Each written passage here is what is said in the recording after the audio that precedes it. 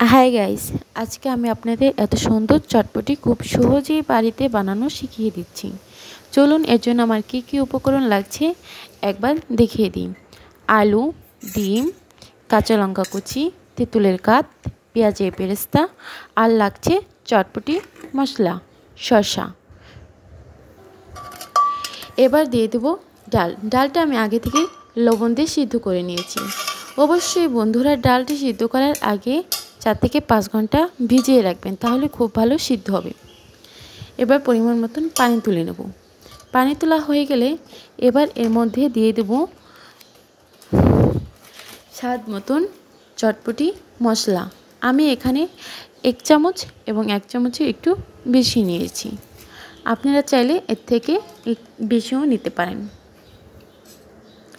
এবার দিয়ে দেব তেঁতুলের কাঠ।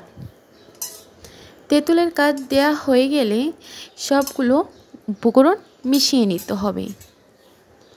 এবার আমি সব উপকরণ একসাথে মিশিয়ে নিচ্ছি। এবার দিয়ে দিচ্ছি এর মধ্যে শসা কুচি। শসা কুচি করে নিতে হবে। আগে থেকে কুচি করে রাখলে, মানে যে যেভাবে কুচি করে নিতে পারে সেভাবে কুচি করে নেবে।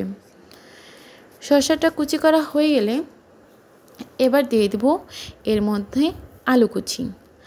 আর হ্যাঁ গাইস, আপনারা আমাকে সবসময় সাহায্য করবেন, অনুপ্রেরণা দেবেন, আর আমার চ্যানেলটা অবশ্যই সাবস্ক্রাইব করে রাখবেন। আপনারা যদি আমাকে সাহায্য করেন, অনুপ্রেরণা দেন, তাহলে আমি খুব খুশি হব। আমি আসলে নতুন চ্যানেলটা খুলেছি, আপনারা যদি সাহায্য করেন তাহলে হয়তো আমি আপনাদেরকে আরও সামনে নতুন কোনো রেসিপি এনে দেখাতে পারবো। অবশ্যই দেখাতে চেষ্টা করব।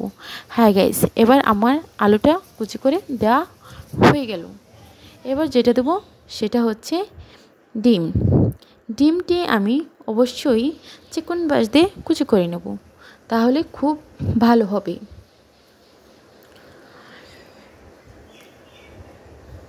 ডিমটা আমার কুচি করা হয়ে গেলে যেসব উপকরণ লাগবে সেটা আমি দেখিয়ে দেবো।